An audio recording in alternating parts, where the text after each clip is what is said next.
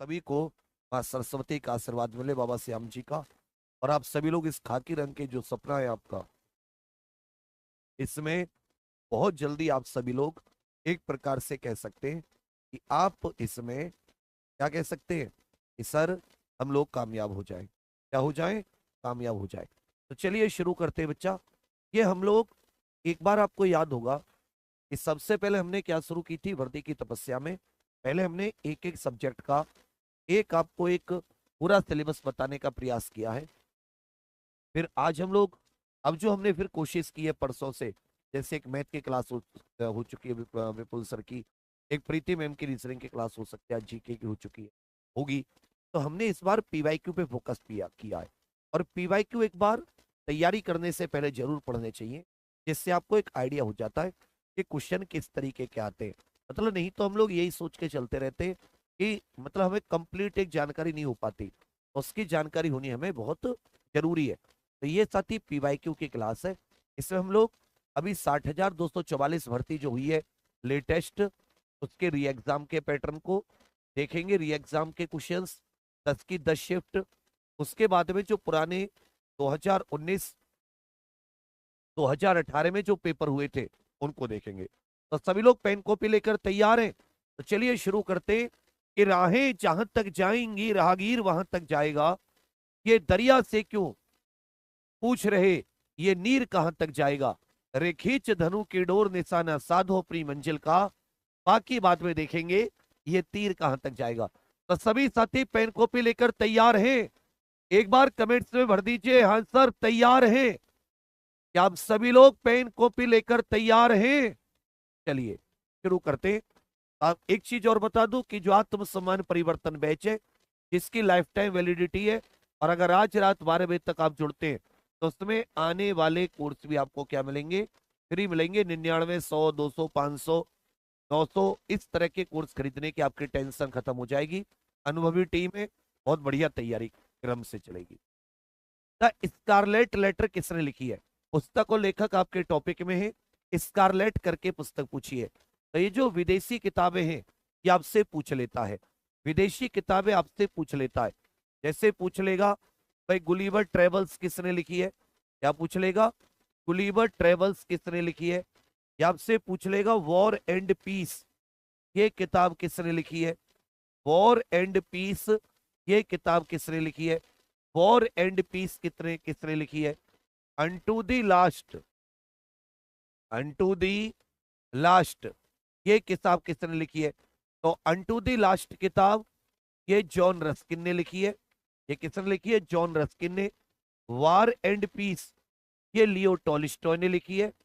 War and piece किसने लिखी है, लियो टॉलिस्टॉय ने। गुलिवर ट्रेवल्स ये जोनाथन स्विफ्ट ने लिखी है। गुलिवर ट्रेवल्स किसने लिखी है, हो गए सर जोनाथन स्विफ्ट ने लिखी है। तो वैसे याद रखिएगा स्कारलेट लेटर एक विदेशी लेखक की किताब है। इनका नाम है नथानिएल हार्थॉर्न। इनका नाम क्या है, नथानिएल हार्थॉर्न। ये पहली शिफ्ट का क्वेश्चन है, पहले का उत्तर डी। उपयोगकर्ता यूजर्स, उपयोगकर्ता मतलब यूजर्स।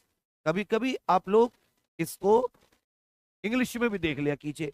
लगातार संचार मतलब बातचीत को प्रोत्साहित करने के लिए किस सोशल मीडिया प्लेटफॉर्म में स्ट्रिक्स नामक सुविधा उपलब्ध है। किस सोशल मीडिया, ये किस टॉपिक से है, जो सोशल मीडिया करके आपका एक टॉपिक है जीके में, वहां से पूछा है कि जो स्ट्रिक्स नामक सुविधा है ये किस प्रकार के इनमें से सोशल मीडिया कंपनी का फीचर है। स्नैपचैट का, इंस्टाग्राम का, ट्विटर का या फेसबुक का। उपयोगकर्ताओं के बीच लगातार संचार को प्रोत्साहित करने के लिए इस सोशल मीडिया प्लेटफॉर्म में स्ट्रिक्स नामक सुविधा उपलब्ध है। तो अच्छे से याद रखिएगा, ये जो स्नैपचैट करके एक सोशल मीडिया कंपनी अमेरिका की, स्नैपचैट, स्नैपचैट में ये स्ट्रिक्स नाम की सुविधा उपलब्ध है। स्नैपचैट में ये स्ट्रिक्स नाम की सुविधा उपलब्ध है। दूसरे का उत्तर ए आपका यहां पर बिल्कुल सही है। प्रश्न संख्या 3 ये हिस्ट्री से पूछ लिया है। पल्लव राजवंश की राजधानी कहां स्थित थी, पल्लव राजवंश की राजधानी कहां पर स्थित थी। तो जैसे आपसे होयसेल वंश की राजधानी पूछेगा, होयसेल वंश की राजधानी कहां पर स्थित थी, चोल वंश की राजधानी कहां पर स्थित थी, विजयनगर साम्राज्य की राजधानी कहां पर थी? विजयनगर साम्राज्य। तो जो दक्षिण भारत के लगभग ये 5 से 7 बहुत ही महत्वपूर्ण इंपॉर्टेंट होते हैं। कितने होते? 5 से 7 दक्षिण भारत के कुछ महत्वपूर्ण, या ये कह सकते हो कुछ इंपॉर्टेंट, ये आपके राजवंश होते हैं। उन्हीं में साथ ही एक पल्लव राजवंश है। ये वो पल्लव राजवंश है जिसने आपको याद होगा महाबलीपुरम के शोर टेम्पल, महाबलीपुरम से संबंधित भी यही है। महाबलीपुरम का शोर टेम्पल, शोर मंदिर जिसको कहते हैं, नरसिंह वर्मन द्वितीय, नरसिंह वर्मन द्वितीय करके पल्लव वंश का राजा था, नरसिंह वर्मन द्वितीय, जिसने ये महाबलीपुरम का शोर मंदिर बनवाया, ये पल्लव वंश का था।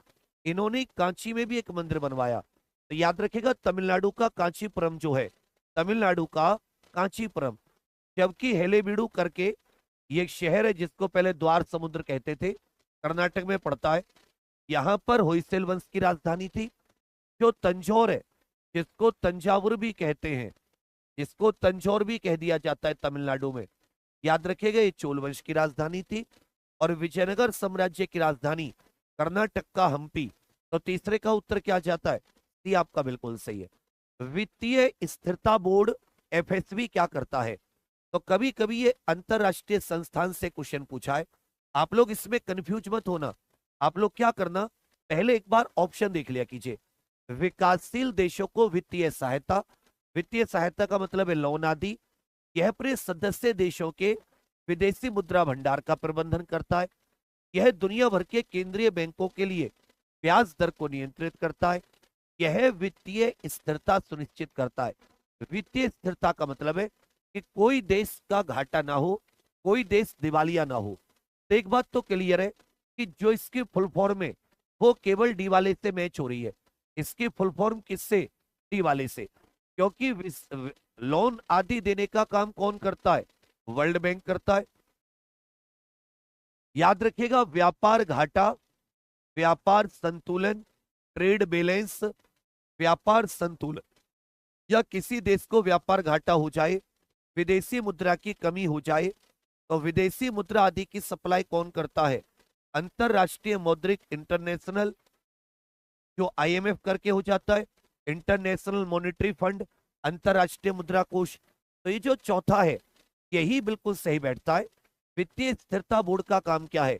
ये वित्तीय स्थिरता सुनिश्चित करता है। तो इस बार क्या हुआ था कि कुछ क्वेश्चन हर शिफ्ट में ऐसे थे कि जो सीधे सीधे बन रहे थे, कुछ क्वेश्चन ऐसे थे हर शिफ्ट में जो सीधे सीधे बन रहे थे। चौथे का उत्तर डी। इनमें से कौन सी रेखा फ्रांस और जर्मनी के बीच की सीमा रेखा है? ये भूगोल से क्वेश्चन आ गया, फ्रांस और जर्मनी के बीच की सीमा रेखा। जैसे आपसे पूछेगा एलओसी किसके बीच में, एलएसी किसके बीच में है, रेड क्लिफ लाइन किसके बीच में है, मैकमोहन रेखा किसके बीच में है, मैकमोहन रेखा किसके बीच में है, डूरंड रेखा या डूरंड लाइन किसके बीच में है? डूरंड रेखा, या आपसे कह देगा कि भी डूरंड लाइन किसके बीच में है, डूरंड रेखा, या आपसे कह देगा कि भी डूरंड लाइन ये किसके बीच में? सिंपल खींच के चलिएगा तो कहोगे सर एलओसी ये भारत और पाकिस्तान, ये भारत और पाकिस्तान के बीच में है, जबकि एलएसी ये भारत और चीन के बीच में है, भारत और चीन के।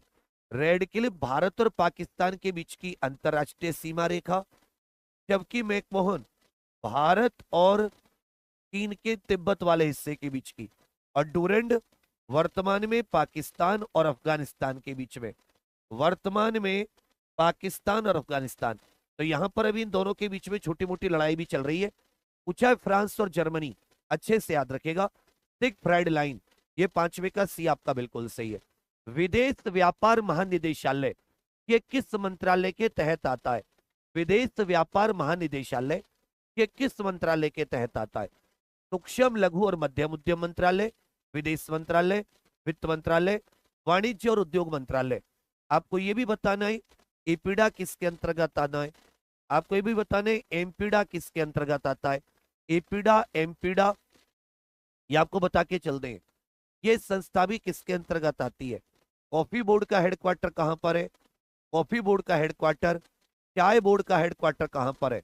कॉफी बोर्ड का हेडक्वार्टर, चाय बोर्ड का हेडक्वार्टर, कॉफी बोर्ड का हेडक्वार्टर, चाय बोर्ड का हेडक्वार्टर।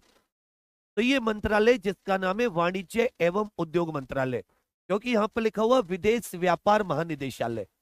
तो जो कौन सा ऐसा मंत्रालय जो विदेश व्यापार से संबंधित हो सकता है? सोचो इनमें से। भाई लघु उद्यम मंत्रालय, विदेश मंत्रालय, वित्त मंत्रालय। मेन जो व्यापार से संबंधित है वो वाणिज्य और उद्योग मंत्रालय। इसके अंदर कई डिपार्टमेंट होते, जिनमें डीजीएफटी है, director general of foreign trade, ये विदेश व्यापार का लाइसेंस आदि प्राप्त देता है 1991 में। इसी के अंतर्गत एक संस्था होती है DPIIT, department for promotion of internal industry and trade. इसका गठन 1995 में हुआ। ये एफडीआई आदि लाने के लिए जरूरी है। इसके मंत्री कौन है, कोई बताएगा? वर्तमान में भारत के वाणिज्य और उद्योग मंत्री कौन है? वर्तमान में भारत के वाणिज्य और उद्योग मंत्री कौन है? तो एपीडा 1986 में बनी, इसका नई दिल्ली हेडक्वार्टर है। एमपीडा 1972 में बनी, कोची इसका हेडक्वार्टर है, कोची। कॉफी बोर्ड का हेडक्वार्टर बेंगलुरु है। कॉफी बोर्ड का हेडक्वार्टर कहां पे होता है? बेंगलुरु। और चाय बोर्ड का हेडक्वार्टर कहां पर हो जाता है? कहोगे सर कोलकाता। तो छठे का उत्तर डी आपका बिल्कुल सही है। प्रश्न संख्या 7, परमाणु ऊर्जा के उत्पादन के लिए इनमें से कौन सा तत्व आवश्यक है? परमाणु ऊर्जा के उत्पादन के लिए ऐसे ही एक तत्व है बच्चा जिसे थोरियम कहते हैं। क्या कहते हैं? थोरियम। ये केरल के मालाबार तट पर, केरल के मालाबार तट पर, ये केरल के मालाबार तट पर मोनाजाइट रेत में पाया जाता है। वहां पर एक मोनाजाइट रेत पाई जाती है केरल के मालाबार तट पर, उसमें थोरियम पाया जाता है। देखिए सिलिकॉन ये अर्धचालक है, सेमीकंडक्टर जिनको कहते हैं। ये जो कंप्यूटर की चिप आदि होती है उनको बनाने का काम आता है। अच्छे से याद रखिएगा यूरेनियम।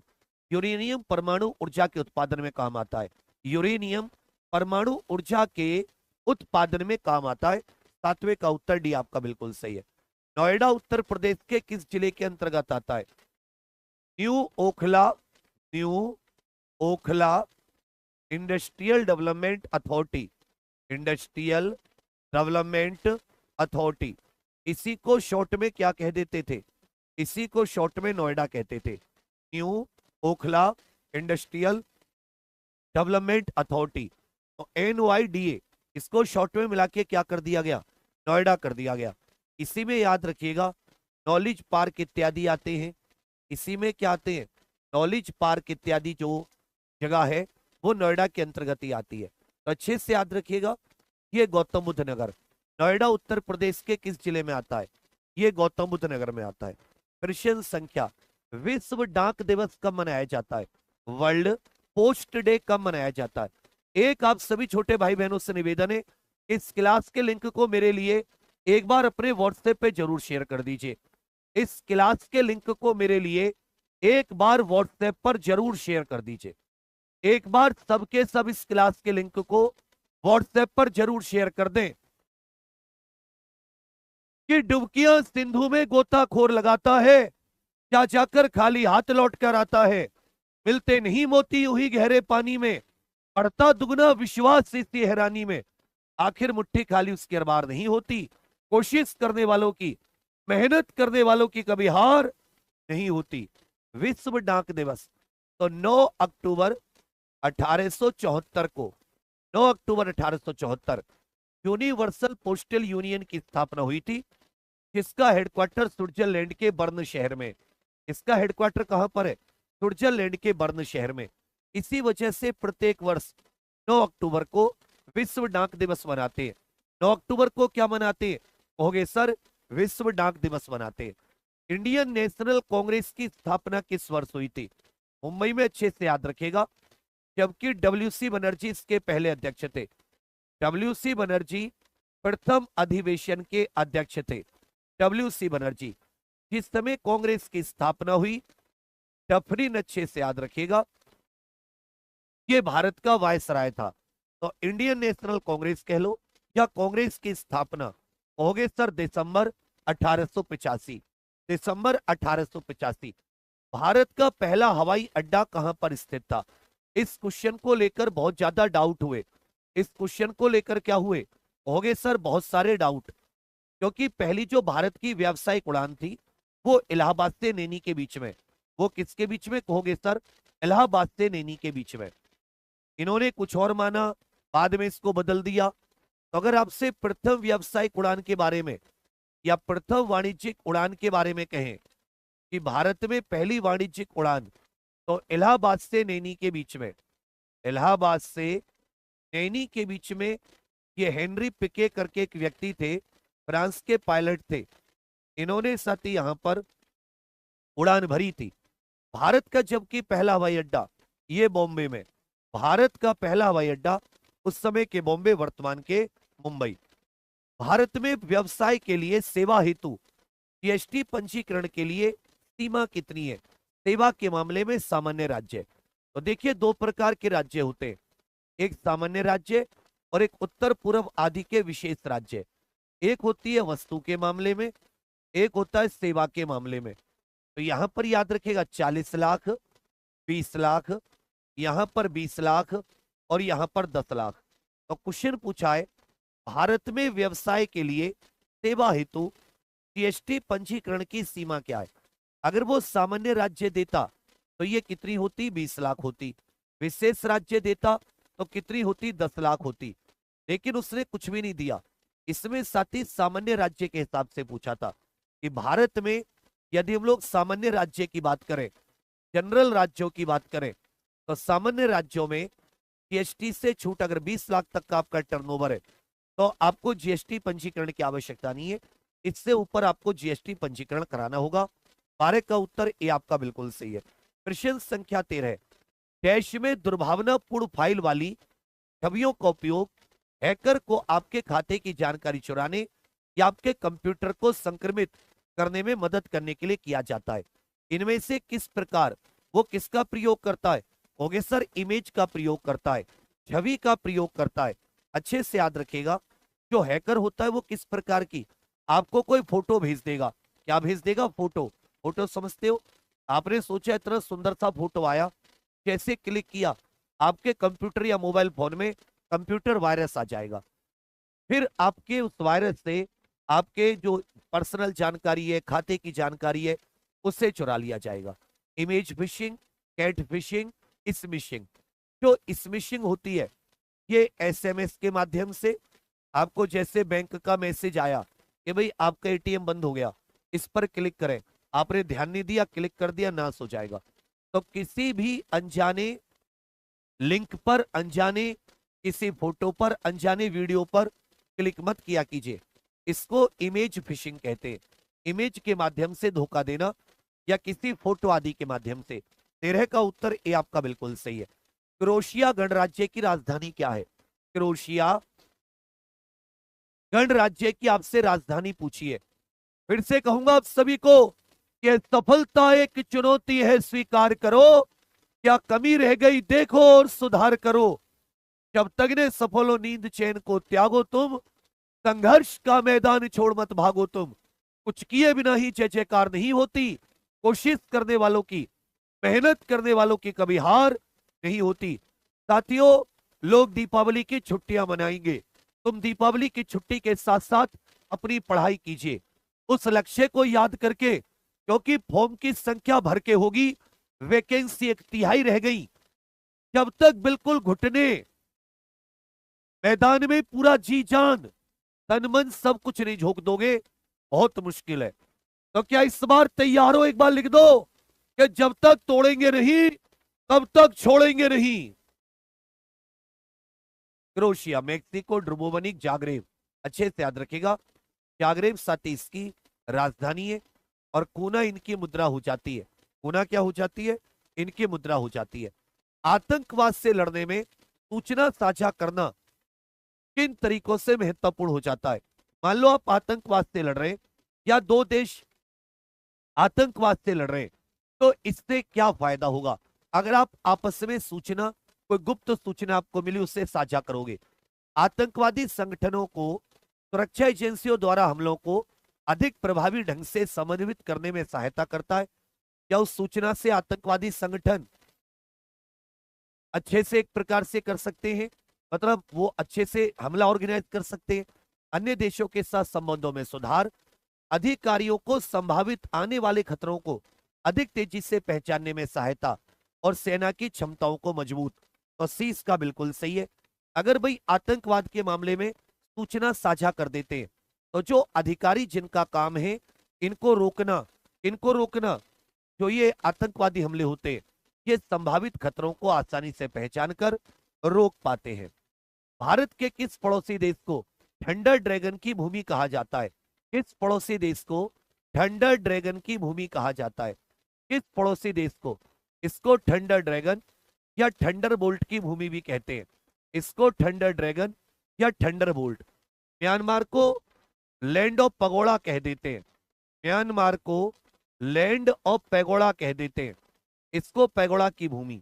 अच्छे से याद रखिएगा, भूटान जो है, भूटान को थंडर ड्रैगन अथवा थंडर बोल्ट की भूमि कहा जाता है। थिम्पू इसकी राजधानी है। थिम्पू क्या है? राजधानी। इनमें से कौन सा सोशल मीडिया प्लेटफॉर्म नहीं है? इनमें से कौन सा सोशल मीडिया प्लेटफॉर्म की एक पहचान होती है, यूजर की एक आईडी बनी होती है।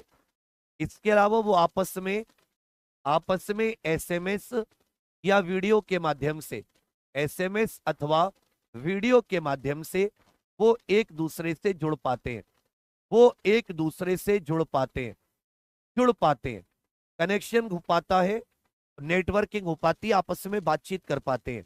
यही सोशल मीडिया है। तो कहा है निम्नलिखित में से कौन सा सोशल मीडिया प्लेटफॉर्म नहीं है? इंस्टाग्राम, ट्विटर, फेसबुक तीनों है, लेकिन गूगल जो है, गूगल ये एक सर्च इंजन है। ये क्या है? सर्च इंजन है। 17 का उत्तर भी आपका बिल्कुल सही है। किस प्रकार का प्रदूषण संवर्ध यूट्रोफिकेशन है?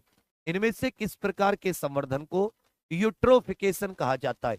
यूट्रोफिकेशन का अर्थ है, आपने जो तालाब आदि होते हैं तो तालाब में अक्सर काई देखी होगी, बहुत हरे रंग की काई, हरे रंग की एकदम आपने एल्गी देखी होगी, पूरे में कब्जा कर लेती है, पूरे तालाब पर फैल जाती है।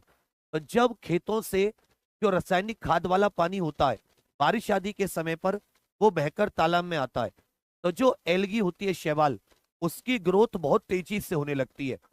तो याद रखिएगा ये जल प्रदूषण के अंतर्गत आता है। ये किसके अंतर्गत आता है? जल प्रदूषण।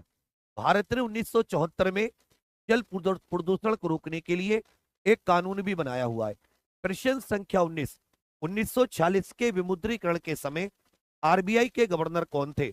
1946 के विमुद्रीकरण के समय, उस समय आपको वायसराय भी बताने कि भाई वायसराय कौन थे, वायसराय कौन थे, उस समय वायसराय कौन थे, और कौन कौन से नोट का विमुद्रीकरण हुआ था, कौन कौन से नोट की नोटबंदी हुई थी, कौन कौन से नोट की। इस समय वायसराय था वेवेल। जब ये 1946 में हुआ उस समय वायसराय कौन था? वेवेल। जबकि 500, 1000 और 10,000, 500, 1000 और 10,000 के नोट बंद किए थे। 500, 1000, 10,000 जनवरी 1946 में। उस समय वायसराय वेवेल और आरबीआई के गवर्नर सीडी देशमुख थे। हम लोग शॉर्ट में नाम पढ़ते हैं सीडी देशमुख, इसमें पूरा नाम दे रखा है, कंफ्यूज नहीं होना, चिंतामण द्वारकानाथ देशमुख। तो सी डी देशमुख। 19 का उत्तर क्या जाता है? सी आपका बिल्कुल सही है। कौन सा भाग राज्य के नीति निर्देशक सिद्धांतों से संबंधित है? ये आयरलैंड से लिए गए। ये कहां से लिए गए भैया? आयरलैंड से। ये कहां से लिए गए? आयरलैंड से। अनुच्छेद 36 से 51, इनका उद्देश्य क्या है? देश को कल्याणकारी राज्य के रूप में स्थापित करना। और याद रखिएगा ये वाद योग्य नहीं है, इनको लागू करने के लिए आप कोर्ट नहीं जा सकते, ये वाद योग्य नहीं होते, कल्याणकारी होते। तो कौन सा भाग राज्य के नीति निर्देशक सिद्धांतों से संबंधित है? संविधान का कौन सा भाग? हो गए सर 3 फंडामेंटल राइट्स, 5 में संघ आदि आ जाते हैं, 2 में नागरिकता आ जाती है।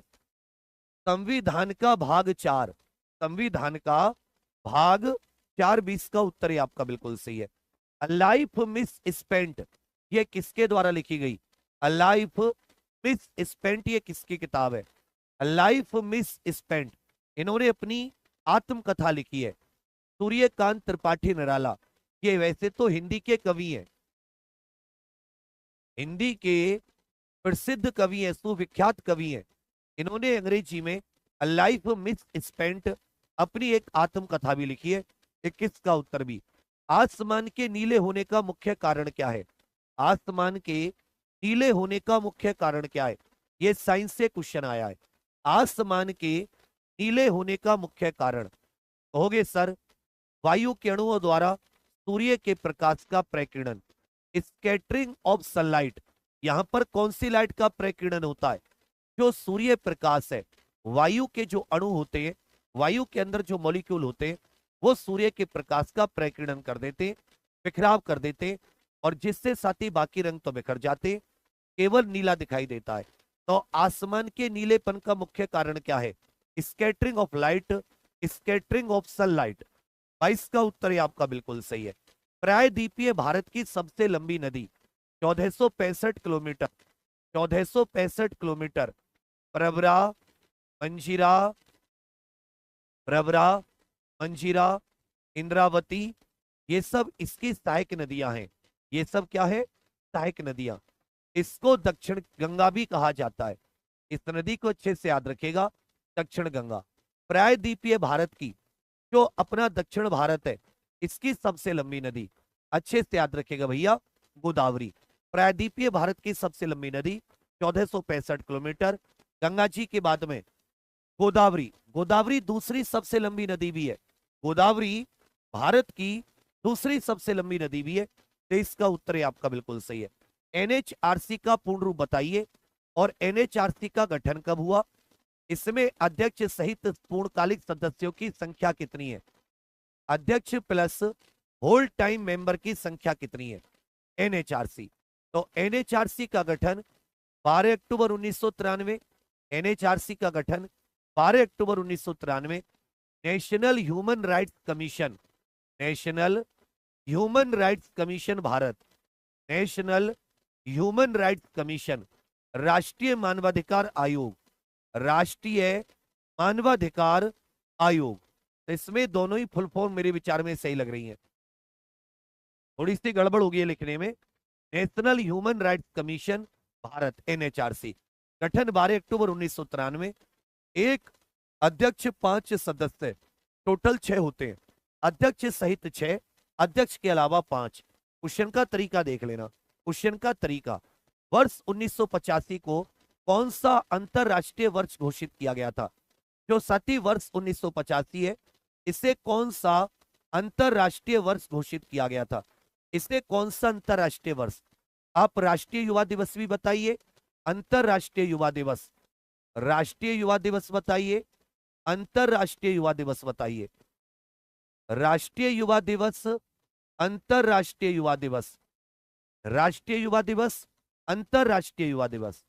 तो अंतरराष्ट्रीय युवा दिवस तो 12 अगस्त को मनाया जाता है, और राष्ट्रीय युवा दिवस ये स्वामी विवेकानंद जी की जयंती 12 जनवरी को। राष्ट्रीय युवा दिवस 12 जनवरी, अंतरराष्ट्रीय युवा दिवस 12 अगस्त। 1985 को अंतरराष्ट्रीय युवा वर्ष घोषित किया गया था। अनुसंधान विधियां, ये सब क्वेश्चन इस बार फालतू के थे। बीआरआई का पूर्ण रूप क्या है? बीआरआई का पूर्ण रूप, जैसे भारत की लुक ईस्ट नीति है, लुक ईस्ट नीति, जो ये आसियान देश है, इनसे इनसे संबंध बनाने के लिए, इनसे संबंधों को अच्छा करने के लिए लुक ईस्ट नीति, एक्ट ईस्ट नीति, लुक ईस्ट नीति, एक्ट ईस्ट नीति, ये सब किसके साथ है? जो भारत की नीतियां हैं। ये भारत का अंतरराष्ट्रीय डिप्लोमेसी है, अंतरराष्ट्रीय कूटनीति। वैसे चीन का है बेल्ट एंड रोड इनिशिएटिव। ये बीआरआई किसका है? कहोगे सर चीन का। इसको बेल्ट एंड रोड इनिशिएटिव, इसको क्या कहा जाता है? Belt and road initiative. मतलब ये चीन दूसरे देशों को लोन देकर वहां का जो इंफ्रास्ट्रक्चर, रोड, रेलवे, एयरपोर्ट, बंदरगाह, इनको अच्छा करता है। तो प्रश्न संख्या 27 का उत्तर ये आपका बिल्कुल सही है। विशिष्ट व्यक्तियों को संगठन की सुरक्षा को खतरे में डालने की कोशिश करता है, जिसके लिए वे काम करते हैं। इनमें से साइबर अपराध का कौन सा तरीका है? जो किसी संगठन के विशिष्ट व्यक्तियों को, जो किसी संगठन के विशिष्ट व्यक्तियों को टारगेट करता है।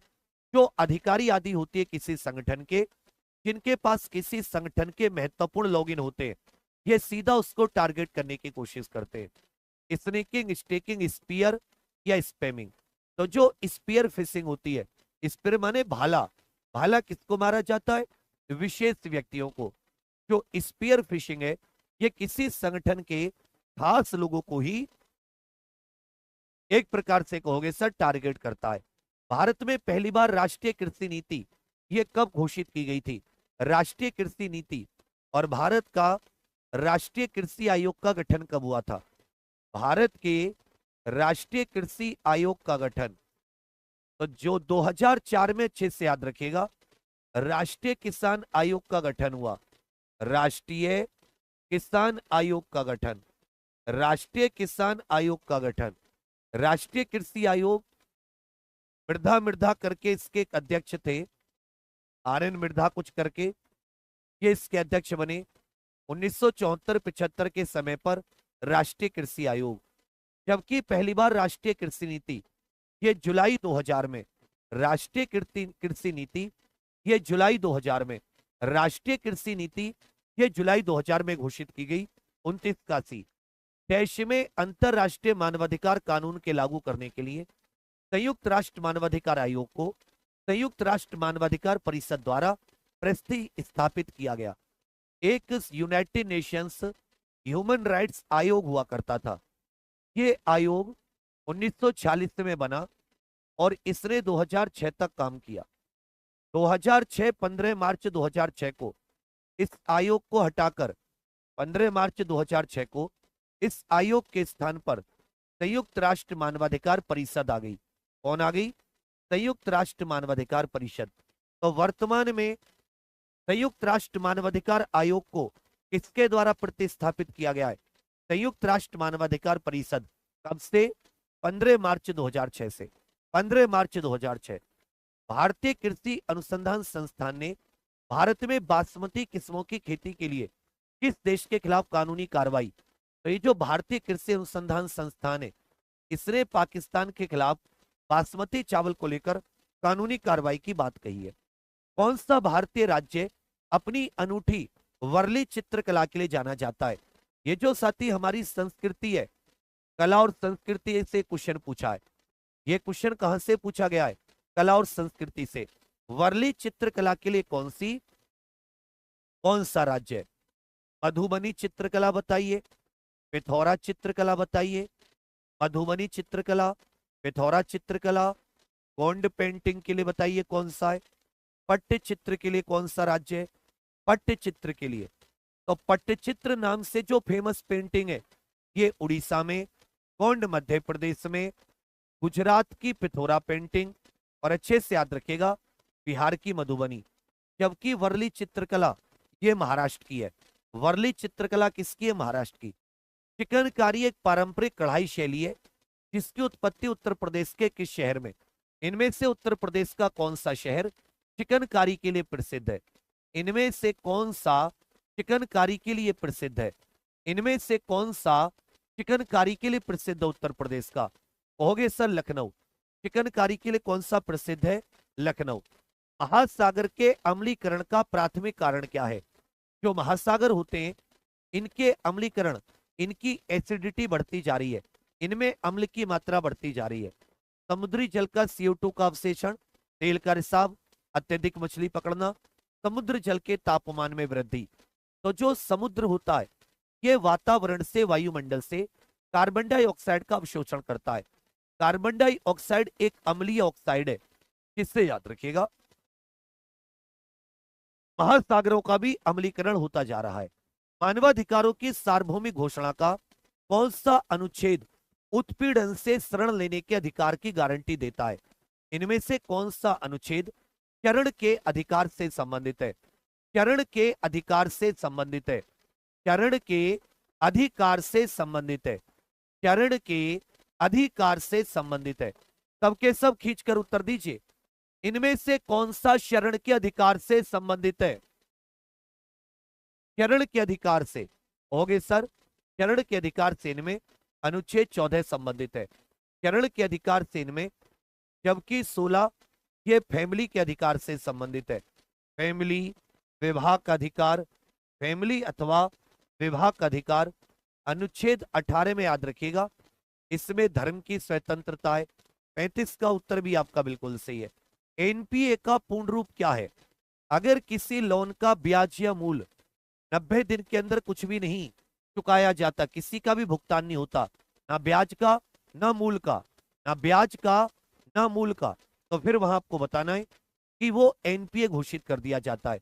इसको नॉन परफॉर्मिंग असेट या गैर निष्पादित परिसंपत्तियां कहते हैं। नॉन परफॉर्मिंग असेट, इसको क्या कहा जाता है? नॉन परफॉर्मिंग असेट कहा जाता है। 36 का उत्तर ए। उत्तर प्रदेश के किस जिले में शेरा नृत्य मनाया जाता है? उत्तर प्रदेश के किस जिले में शेरा नृत्य मनाया जाता है? उत्तर प्रदेश के किस जिले में शेरा नृत्य मनाया जाता है? तो आपको थोड़ा सा दिमाग लगाना है, ये जिला बुंदेलखंड का होना चाहिए, क्योंकि शेरा नृत्य ये उत्तर प्रदेश के बुंदेलखंड राज्य, बुंदेलखंड के जो जिले हैं वहां का नृत्य है। अब इनमें से बुंदेलखंड का कौन सा मिला? हो गए सर झांसी, ललितपुर, ये सबके सब बांदा, ये बुंदेलखंड में आते हैं। तो जो ललितपुर है तेरा नृत्य, ये बुंदेलखंड का है, ललितपुर का है। पूछा व्यापक परमाणु परीक्षण प्रतिबंध संधि, comprehensive nuclear test ban treaty, जो सीटीबीटी करके एक अंतरराष्ट्रीय संधि है। एक चीज याद करनी है, सीटीबीटी ये अभी साथी लागू नहीं हुई है। सीटीबीटी इसका अगर आपसे सचिवालय पूछ लें कि सीटीबीटी का सचिवालय कहां पर है, सीटीबीटी का सचिवालय अच्छे से याद रखिएगा वियना ऑस्ट्रिया में। ये हर एक प्रकार के, चाहे कोई सिविल न्यूक्लियर टेस्ट हो चाहे कोई मिलिट्री न्यूक्लियर टेस्ट हो, ये हर एक प्रकार के न्यूक्लियर टेस्ट पर प्रतिबंध लगाती है। जो सीटीबीटी नाम की संधि है ये प्रत्येक प्रकार के परमाणु विस्फोट पर प्रतिबंध लगाती है, या प्रत्येक प्रकार के, चाहे वो किसी भी उद्देश्य से, चाहे उससे मिलिट्री उद्देश्य से चाहे उससे सिविल उद्देश्य से, किसी भी उद्देश्य से यदि आप परमाणु परीक्षण करेंगे तो ये संधि रोक लगाती है। अर्जुन पुरस्कार किस क्षेत्र में उपलब्धि के लिए? अर्जुन पुरस्कार 15 लाख रुपए का पुरस्कार है 1961 से। अर्जुन पुरस्कार किस क्षेत्र में? और पिछले 4 वर्ष की उपलब्धि के लिए, पिछले 4 वर्ष की उपलब्धि के लिए अर्जुन पुरस्कार खेल क्षेत्र का पुरस्कार है। अर्जुन पुरस्कार ये खेल के क्षेत्र का पुरस्कार है। इंडिया विंस फ्रीडम ये किसकी आत्मकथा है? इंडिया विंस फ्रीडम ये किसकी आत्मकथा है? सबके सब थोड़ा सा साथ दे दोगे? अच्छा, दिन रात कोई कमी तो करते नहीं आप लोगों के लिए, कोई कमी है तो आप बताओ कि हाँ भैया आपने पढ़ाई में ये कमी करवाई, आपकी टीम ने ये कमी करवाई। किसी चीज की कमी रहती है क्या तुम्हारे लिए? क्या तुम्हारा एक छोटा सा फर्ज नहीं बनता? इस क्लास के लिंक को शेयर कर दोगे तो मेरे मन से क्या ही आएगा? मेरे मन से एक विश के अलावा तो कुछ आएगा नहीं।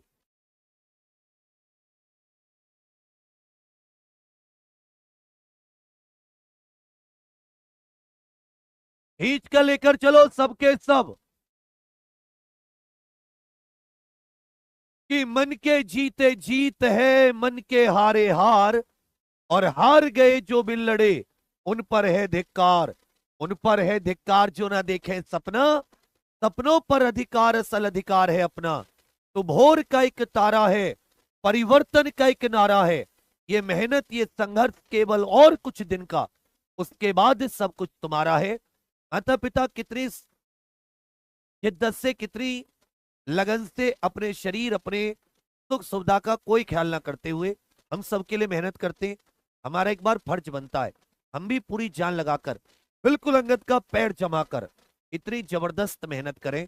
जब वो पहली बार आप लोग उनके सामने वर्दी में आओगे, जब तुम्हारा ज्वाइनिंग लेटर आएगा, जब तुम्हारा रिजल्ट में नाम आएगा, ये जितना संघर्ष आज तुम कर रहे हो वो उतना संघर्ष सारा का सारा इतना खूबसूरत लगेगा।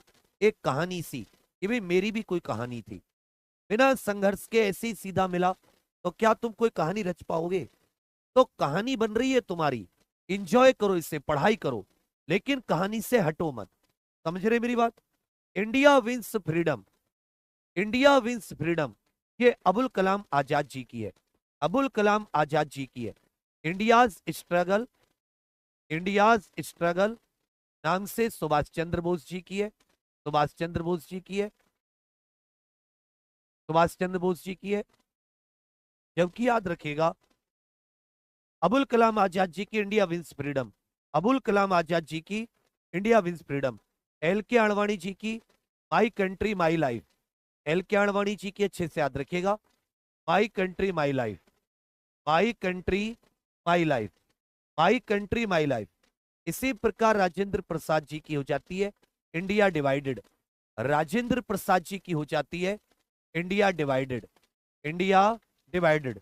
40 का उत्तर डी। 2016 के विमुद्रीकरण के बाद आरबीआई को कितने प्रतिशत 500 और 1000 रुपए के नोट प्राप्त हुए? मतलब कितने प्रतिशत वापस आ गए थे? लगभग 15.44 लाख करोड़ ये जो धन था ये साथी 500 और 1000 के नोट के रूप में था, जो कुल कैश का 86% था। कुल कैश का ये जो जितना भी कैश मार्केट में था उसका 86%, 500 और 1000। आरबीआई की पहली रिपोर्ट के हिसाब से, जो आरबीआई की पहली रिपोर्ट आई थी उसके हिसाब से 98.96%, और जो सेकंड फाइनल रिपोर्ट आई उसके अनुसार 99.3%। मतलब इतना जो 500 और 1000 के नोट थे वो वापस आ गए थे। तो यहाँ पे 99.3 नहीं है, इसलिए पहली रिपोर्ट 98.96 ये आपकी बिल्कुल सही है। पहली रिपोर्ट ये आपकी बिल्कुल सही है। 1993 में मानवाधिकारों पर विश्व सम्मेलन ने किसको अपनाया? 1993 में ये मानवाधिकारों पर दूसरा अंतरराष्ट्रीय सम्मेलन हुआ था। मानवाधिकारों पर दूसरा अंतरराष्ट्रीय सम्मेलन ऑस्ट्रिया की राजधानी वियना में। कहां पर? ऑस्ट्रिया की राजधानी वियना। क्योंकि ये सम्मेलन वियना में हुआ तो इन्होंने साथी इसी सम्मेलन के शहर के नाम पर एक उद्घोषणा की, एक डॉक्यूमेंट को अपनाया जिसको वियना घोषणा कहते हैं। जिसको क्या कहा जाता है? वियना घोषणा कहते हैं। इसी घोषणा के द्वारा 1993 दिसंबर में, इसी घोषणा के द्वारा office of the high commissioner for human rights, या ये कह सकते हैं संयुक्त राष्ट्र मानवाधिकार उच्चायुक्त का कार्यालय, जिसका गठन जिनेवा में किया गया, इसका गठन जिनेवा में। 42 का उत्तर सी आपका बिल्कुल सही है। इस संवैधानिक संशोधन अधिनियम ने लोकसभा और राज्य विधानसभाओं में अनुसूचित जाति और अनुसूचित जनजातियों के सीटों के आरक्षण को बढ़ाया। 10 वर्ष के लिए जो सीटों का आरक्षण है वो किसके द्वारा बढ़ाया गया? तो कहोगे भैया सीटों के आरक्षण को इनमें से किस संविधान संशोधन के द्वारा? ना 79वां संविधान संशोधन, ये जो 79th था, इसके द्वारा लोकसभा और राज्य विधानसभाओं में एससी और एसटी के लिए सीटों के आरक्षण को बढ़ाया गया। सीटों के आरक्षण को बढ़ाया गया। 84 सीट और यहाँ पे याद रखिएगा 47 सीट, कुल मिला के 131 सीट ये आरक्षित है। लोकटक झील भारत के किस राज्य में स्थित है? लोकटक झील भारत के किस राज्य में स्थित है? तो मेघालय में हो जाता है बारापानी झील, इसको बारापानी झील भी कह देते हैं, इसको उमियम लेक भी कह देते हैं। इसको क्या कह दिया जाता है? बारापानी या उमियम। जबकि लोकटक झील ये मणिपुर में, इसी झील में याद रखिएगा केबुल लामजाओ एकमात्र तैरता हुआ नेशनल पार्क भी पाया जाता है। केबुल लामजाओ एकमात्र तैरता हुआ नेशनल पार्क भी पाया जाता है। प्रस्तावना में राष्ट्र की एकता और अखंडता शब्दों का उद्देश्य ये किस मौलिक सिद्धांत को बढ़ावा देता है? एकता और अखंडता ये किस चीज को बढ़ावा देगा?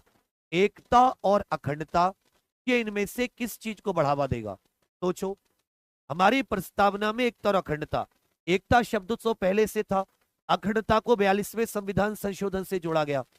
भाई अखंडता को किससे जोड़ा गया? हो गए सर 42वें संविधान संशोधन से। एकता अच्छे से याद रखेगा, ये फ्रेटर्निटी को बढ़ावा देती है। किसको बढ़ावा देती है? बंधुता को। एक सॉफ्टवेयर प्रोग्राम जो इंटरनेट के माध्यम से आने वाले सभी डेटा को फिल्टर करता है। जैसे ये आपका इंटरनेट से जुड़ा हुआ कंप्यूटर है, ये कंप्यूटर किसका है? आपका। ये क्या है? इंटरनेट से जुड़ा है। तो इंटरनेट से जो बीच में आपके और इंटरनेट के बीच में ये साथी एक फायरवॉल आ जाती है। क्या आ जाती है? फायरवॉल आ जाती है। इस फायरवॉल का मतलब है जो इंटरनेट से डेटा आ रहा है, जो भी आप डाउनलोड आदि कर रहे हो, वो इससे छन कर जाता है। इसका काम होता है कोई गलत या कोई संदिग्ध चीज है तो उसको रोक दे। तो डी आपका बिल्कुल सही उत्तर है। ये दीवार की तरह काम करती है। जैसे दीवार चीजों को आने जाने से रोकती है, वैसे फायरवॉल ये इंटरनेट के माध्यम से आने वाले सभी डाटा को फिल्टर करने का काम करता है। दर्शकों के साथ संवाद करने के लिए सोशल मीडिया प्लेटफॉर्म के रणनीतिक उपयोग के लिए शब्द बताइए। जैसे आपका सोशल मीडिया हैंडल है, आप कोई बड़े प्रसिद्ध व्यक्ति हैं, आप अपने प्रोडक्ट आदि का प्रचार करें। जैसे एलन मस्क अपनी टेस्ला का, स्टारलिंक का प्रचार करता है और वहां से लोग प्रभावित होकर उस चीज को खरीदते हैं ना। तो इसी जैसे सोशल मीडिया पर हमने कोई रील डाली, तो जो अपने सोशल मीडिया हैंडल आदि होते हैं उनका रणनीतिक प्रयोग इस चीज के लिए, जो भैया दर्शक है या जो आप ये कह सकते हैं ऑडियंस है, उनसे स्ट्रेटेजिक, नॉर्मल बातचीत नहीं, इसे सामाजिक माध्यम विपणन कहते हैं। सोशल मीडिया के द्वारा मार्केटिंग। तो जो आप इन्फ्लुएंसर इत्यादि मार्केटिंग करते हैं ना, इन्फ्लुएंसर आपने देखे होंगे अलग अलग चीज के, उसको सोशल मीडिया मार्केटिंग कहा जाता है। सोशल मीडिया के माध्यम से मार्केटिंग। भूटान की राजधानी बताइए। भूटान की राजधानी आप कहोगे सर थिम्पू। भूटान की राजधानी क्या हो जाती है? थिम्पू। भारत में सबसे लंबा नदी पुल कौन सा है? भारत में सबसे लंबा नदी पुल कौन सा है? भारत में सबसे लंबा नदी पुल कौन सा है? भारत में सबसे लंबा नदी पुल, बिल्कुल सही, असम। असम। असम। लोहित नदी पर भूपेन हजारिका सेतु। भूपेन हजारिका सेतु यह सबसे लंबा है। सरकार ने किसान क्रेडिट कार्ड योजना कब पेश की थी? आरवी गुप्ता समिति की सिफारिश पर। यह कौन सी कमेटी की सिफारिश पर? आरवी गुप्ता कमेटी की सिफारिश पर, अगस्त 1998 में। आरवी गुप्ता कमेटी की सिफारिश पर अगस्त 1998 में किसान क्रेडिट कार्ड स्कीम। अब सभी को फिर से बता दूं साथी, जो भी थ्योरी बैच से अभी नहीं जुड़े हैं और थ्योरी पढ़ना चाहते, बिना थ्योरी के कुछ नहीं है, तो आज रात तक आप सभी लोग जो भी जुड़ेंगे, VIVK 1450 विवेक 50 कोड इस्तेमाल कर लेना। 50 रुपए की छूट और हो जाएगी। ये जो आत्मसम्मान परिवर्तन बैच है, जिसमें SSC, रेलवे, यूपी, UPSSC सारे आने वाले बैच कवर है। और जितने भी साथी बैच आएंगे वो आपको आने वाले बैच भी इसके साथ क्या मिलेंगे? फ्री मिलेंगे। ये आज रात तक ही है, आज धनतेरस की रात तक। फिर आपको ये बैच तो उपलब्ध होगा क्योंकि क्लास 1 नवंबर से है, इसकी वैलिडिटी लाइफ टाइम है, लेकिन इसमें आने वाले बैच फ्री नहीं मिलेंगे। तो 99, 1000 ये वाली टेंशन खत्म हो जाती है। दूसरी बात, 27 अक्टूबर से आप में से कांस्टेबल के जो भी साथी ऑफलाइन आकर तैयारी करना चाहें, मेन टीम ही आपको पढ़ाएगी। तो 910 589 2607 इस पर व्हाट्सएप कर देना। फीस केवल साथी नाम मात्र है। फीस कैसी है? नाम मात्र है। फीस की ज्यादा टेंशन मत लेना, क्योंकि उसका जो एक तरीके से आप देखोगे उसके शीट वगैरह, लेकिन 10 घंटे की क्लास होंगी है। 1 घंटे की तो आपकी होगी थ्योरी और 4 घंटे की डेली क्या होगी? प्रैक्टिस। कौन सा शोध डिजाइन, ये भी जो इस प्रकार के क्वेश्चन थे, अनुसंधान खोज, तो पूछना चाहिए था कि किसने क्या खोजा और क्वेश्चन दे दिए थे उल्टे। बाकी दूसरी बात, ये जो सिकंदर बुक है PYQ की, ये जैसे मैं आपको PYQ करा रहा हूं, हम तो आपको शिफ्ट वाइज करा रहे हैं कि आपको टॉपिक वाइज 14 वर्ष के 4000 प्लस क्वेश्चन है। बहुत बढ़िया, इसका आपको फायदा मिलेगा अंतिम तैयारी के लिए। तो आप इस देखो, ये जो किताब इत्यादि होते हैं, इनको जब आप प्रीवियस ईयर इत्यादि पढ़ते हो तो टॉपिक वाइज पहले एक प्रीवियस ईयर को देख लिया करो, तब उस टॉपिक की थ्योरी पढ़नी शुरू किया कीजिए, तब उस टॉपिक की। आगे आ जाता है राष्ट्रीय मानवाधिकार आयोग के अध्यक्ष और सदस्यों की नियुक्ति। एक कमेटी होती है भैया जिसमें 6 सदस्य होते हैं। इसमें PM होते हैं, गृह मंत्री होते हैं, लोकसभा के स्पीकर या अध्यक्ष मान लो, एक लोकसभा में नेता विपक्ष होते हैं, एक भैया इसमें राज्यसभा के उपसभापति होते हैं, एक इसमें राज्यसभा के उपसभापति, और राज्यसभा में नेता विपक्ष। राज्यसभा में नेता विपक्ष, ये 6 लोगों की एक कमेटी होती है। ये नाम भेजती है और नियुक्ति कौन करती है? राष्ट्रपति। तो नियुक्ति राष्ट्रपति करती है, लेकिन नाम भेजने का काम कौन करती है? नाम भेजने का काम ये 6 सदस्यों की कमेटी करती है। नाम भेजने का काम कौन करती है? ये 6 सदस्यों की कमेटी करती है। बैरोमीटर के लिए, बैरोमीटर वायु दाब के लिए, एनीमोमीटर किसके लिए होता है? भाई बैरोमीटर से किसको नापते हैं? वायु दाब को। एनीमोमीटर याद रखिएगा, हवा की गति मापते हैं, हवा की गति मापते हैं। भारत और वियतनाम के बीच साझेदारी से उनके क्षेत्रीय सुरक्षा परिदृश्य में किस प्रकार परिवर्तन आएगा? कि भारत और वियतनाम के बीच साझेदारी हुई तो उनके क्षेत्रीय सुरक्षा परिदृश्य में सांस्कृतिक एकीकरण, आर्थिक प्रतिबंध, रक्षा सहयोग और समुद्री सुरक्षा बढ़ाकर संयुक्त परमाणु कार्यक्रम। तो भारत और वियतनाम के बीच में जो साझेदारी होगी, पार्टनरशिप, वो सुरक्षा की बात करें, क्षेत्रीय सुरक्षा, तो रक्षा सहयोग और समुद्री सुरक्षा बढ़ाकर। रक्षा सहयोग का मतलब है कि एक दूसरे के साथ जो ये युद्ध अभ्यास आदि होते हैं, इन सबको करके रक्षा सहयोग और समुद्री सुरक्षा बढ़ाकर। तुगलकनामा पुस्तक के लेखक बताइए। तुगलकनामा, इब्न बतूता ने रीला पुस्तक लिखी जो कि एक यात्री नामा है। ये साथ एक यात्री वृत्तांत है, जैसे कोई यात्री अपनी पूरी जर्नी की, पूरी यात्रा का पूरा कुछ लिखते हैं। तुगलकनामा पुस्तक के लेखक अमीर खुसरो हैं। तुगलकनामा पुस्तक के लेखक अमीर खुसरो। अंतरराष्ट्रीय अक्षय ऊर्जा एजेंसी क्या करती है? अक्षय ऊर्जा, जो ये पवन ऊर्जा होती है, सौर ऊर्जा होती है, ज्वारीय ऊर्जा होती है या भूतापीय ऊर्जा होती है, तो इसका उद्देश्य क्या है? जीवाश्म ईंधन को बढ़ावा देना, परमाणु ऊर्जा को बढ़ावा देना, परमाणु ऊर्जा कार्यक्रम, या अक्षय ऊर्जा के उपयोग को बढ़ावा देती है। तो जाहिर सी बात है कि नाम में यहां पर अक्षय ऊर्जा है। तो कुछ क्वेश्चन तो ऐसे थे जिनका उत्तर और ऑप्शन, प्रश्न और उत्तर एक जैसा था। यहाँ पे नाम में अक्षय ऊर्जा है, तो जाहिर सी बात है नवीकरणीय ऊर्जा को बढ़ावा देगा। प्रश्न संख्या 58, दूध उत्पाद, ब्रेड आदि आवश्यक वस्तुओं पर जीएसटी दर कितनी है? देखिए, जब ये क्वेश्चन पूछा गया था तब 5% है। 22 सितंबर 2025 से जीएसटी 2.0 या जिसको नेक्स्ट जेन जीएसटी कहते हैं, ये जीएसटी सुधार हुए, जिनमें अब केवल 2 ही दरें, 5% और 18%। केवल कितनी दरें? 2 दरें 22 सितंबर 2025 से, या तो 5% या 18%। और तंबाकू आदि पर एक विशेष दर भी है, 40%। लेकिन मुख्य दर की बात करें तो ये केवल 2 है। 58 का उत्तर ही आपका बिल्कुल सही है। अंतरराष्ट्रीय थर्मोन्यूक्लियर प्रायोगिक रिएक्टर, जो हाइड्रोजन बम होता है, इसको साथी हम लोग हाइड्रोजन बम कहते हैं, इसको थर्मोन्यूक्लियर बम भी कहते हैं। इसको क्या कहते हैं? थर्मोन्यूक्लियर बम भी कहते हैं। थर्मोन्यूक्लियर ये फ्यूजन पर आधारित होते हैं। किस पर आधारित होते हैं? फ्यूजन पर आधारित होते हैं। ये फिशन पर आधारित नहीं होते। ये किस पर आधारित होते हैं? होगे भैया, ये थर्मोन्यूक्लियर प्रायोगिक रिएक्टर ये फ्यूजन पर आधारित है। जैसे सूर्य या तारों में जो ऊर्जा जिसके कारण बनती है, उसी पर ये अंतरराष्ट्रीय थर्मोन्यूक्लियर प्रायोगिक रिएक्टर आधारित है। तो जाहिर सी बात है थर्मोन्यूक्लियर, न्यूक्लियर मतलब परमाणु, न्यूक्लियर मतलब क्या हो जाता है? परमाणु।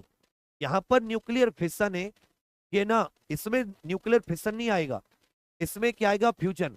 देखो फ्यूजन किसमें, आपको बी वाले में फ्यूजन मिलेगा। यहाँ पर फ्यूजन की बात कर रहे हैं ना, परमाणु संलयन, जिससे तारे अपनी ऊर्जा प्राप्त करते हैं, उसी से ऊर्जा को प्राप्त करना, इसमें भारत भी साझेदार है। ये प्रयोग फ्रांस में चल रहा है। ये प्रयोग कहां पर चल रहा है? कहोगे सर फ्रांस में। सितंबर को किस रूप में मनाया जाता है? सितंबर को किस रूप में? अब यहाँ पे सितंबर लिखा नहीं है। 14 सितंबर को किस रूप में? तब 15 लिखा है। 15 सितंबर को किस रूप में मनाया जाता है? जो 15 सितंबर है, इसे भारत में किस रूप में मनाया जाता है? हिंदी दिवस, राष्ट्रीय हिंदी दिवस, ये तो 14 सितंबर को होता है। राष्ट्रीय मतदाता दिवस, ये 25 जनवरी को होता है। विश्व कैंसर दिवस, ये 4 फरवरी को होता है। अच्छे से याद रखिएगा, भारत में राष्ट्रीय इंजीनियर दिवस, एम विश्वेश्वरैया जी का बर्थडे एम विश्वेश्वरैया जी का बर्थडे, ये 15 सितंबर को मनाया जाता है। भारतमाला परियोजना किससे संबंधित है? भारतमाला परियोजना किससे संबंधित है? भारतमाला परियोजना ये पूरे देश में सड़क मार्ग बिछाने से संबंधित है। कौन सा त्योहार भारत में प्रकाश का त्योहार है, लाइट का त्योहार है? कौन सा साथी? लाइट का। और ये कार्तिक महीने, हिंदू कैलेंडर के कार्तिक मास के अमावस्या को मनाया जाता है। कार्तिक मास की अमावस्या, जब भगवान श्री राम जी के अयोध्या आगमन के लिए, भगवान जी के स्वागत के लिए दीप जलाए जाते हैं। तो दिवाली को अच्छे से याद रखेगा, प्रकाश का त्योहार। भारतीय जीएसटी में किस प्रकार का कर प्रस्तुत किया जाता है? इनमें से कौन सा टैक्स है जो जीएसटी में शामिल किया गया था? तो सेवा कर को अच्छे से याद रखेगा, जीएसटी में समाहित किया गया था। किसने पहली बार बुनियादी शिक्षा का विचार प्रतिपादित किया? बेसिक एजुकेशन, या आप ये कह सकते हैं प्राइमरी एजुकेशन का विचार। इनमें से किसने पहली बार बेसिक एजुकेशन का विचार? गांधी जी ने, अच्छे से याद रखेगा, ये प्राथमिक शिक्षा का विचार। भारत उत्तर प्रदेश में बेसिक एजुकेशन को लेकर एक्ट 1972 में आया है। Lifetime disturbing the peace award, शांति भंग का आजीवन पुरस्कार का प्राप्तकर्ता कौन है? शांति भंग का आजीवन पुरस्कार का प्राप्तकर्ता, शांति भंग का आजीवन पुरस्कार का प्राप्तकर्ता इनमें से कौन हो जाता है? शांति भंग का। तो अच्छे से याद रखिएगा, इनमें जो सलमान रुश्दी है, सलमान रुश्दी सबसे कम लिंगानुपात वाला भारतीय राज्य 2011 की जनगणना के अनुसार कौन सा भारतीय राज्य है? कौन सा भारतीय राज्य है जिसका सबसे कम लिंगानुपात है? तो अच्छे से याद रखिएगा, हरियाणा। हरियाणा का सबसे कम, केरल का सबसे ज्यादा। जनसंख्या घनत्व, आप कहोगे अगर कुल जनसंख्या को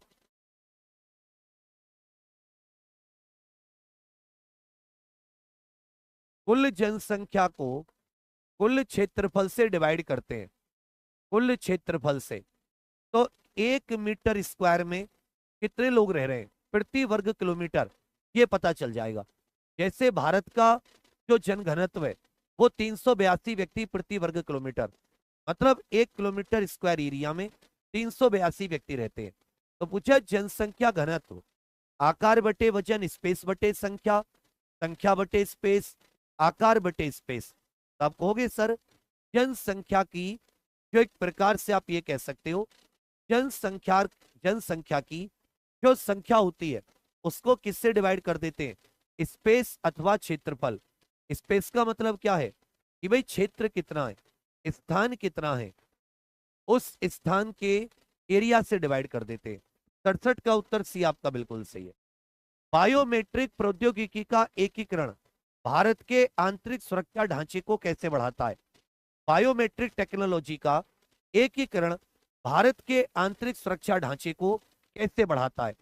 भारत के आंतरिक सुरक्षा ढांचे को, तो जो बायोमेट्रिक का प्रयोग है वो भारत के आंतरिक सुरक्षा ढांचे को, जैसे ये आधार कार्ड इत्यादि है, आधार कार्ड आदि का उपयोग, इसमें बायोमेट्रिक ली जाती है। भाई हाथ के नमूने लिए जाते हैं, आंख के नमूने लिए जाते हैं। तो बायोमेट्रिक समग्र निगरानी को बढ़ाते हुए वास्तविक समय स्थान ट्रैकिंग प्रदान करके मानव सुरक्षा कर्मियों की आवश्यकता को पूरी तरह, नागरिकों के लिए कागजी कार्रवाई को कम करके पहचान और सत्यापन प्रक्रियाओं में, तो बायोमेट्रिक का काम क्या है? ये व्यक्ति की पहचान करना, व्यक्ति को वेरीफाई करना। भाई आप सिम लेने जाते हैं कि आपका कोई खाता है, अब तो हर चीज आधार वेरीफाई होती है, हर चीज आधार वेरीफाई होती नहीं होती है। 68 का उत्तर डी। 1928 में बारदोली सत्याग्रह का नेतृत्व किसने किया था? 1928 में बारदोली सत्याग्रह का नेतृत्व किसने किया था?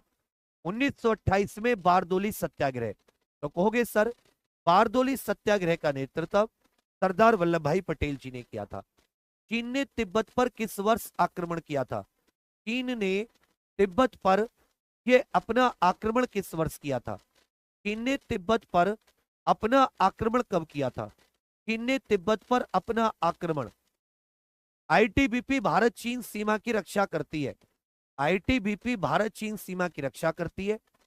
3488 किलोमीटर की सीमा, 3488। 1950 में चीन ने तिब्बत पर आक्रमण किया था। किस जीव को जल प्रदूषण का जैव संकेतक माना जाता है? इनमें से कौन सा जीव है अगर उसकी उपस्थिति है तो इसका मतलब जल प्रदूषण है, इसका मतलब जल प्रदूषण है, इसकी उपस्थिति को जैव संकेतक, ये एक जैव संकेतक है। हालांकि इसमें देखिए इस बार क्वेश्चन जो है वो खूब खूब करके आप ऐसा कह सकते हो भैया, भर भर के एक प्रकार से मतलब गलत क्वेश्चन भी खूब पूछे गए। जैसे अगर आप इसमें मोटे तौर पर देखो तो वैसे जो कुछ शैवाल इत्यादि होती हैं, लाइकन इत्यादि होते हैं, इनको माना जाता है शैवाल या लाइकन, लेकिन इन्होंने मेंढक को माना। किसको माना? मेंढक को माना। केंचुआ पानी में नहीं पाया जाता, केंचुआ जमीन के अंदर पाया जाता है किसान का दोस्त। ट्रोजन वायरस कई सोलर विंड ओरियन प्लेटफॉर्म पर डाला गया था। यह किस प्रकार का वायरस था? Solar winds, several solar winds Orion platform.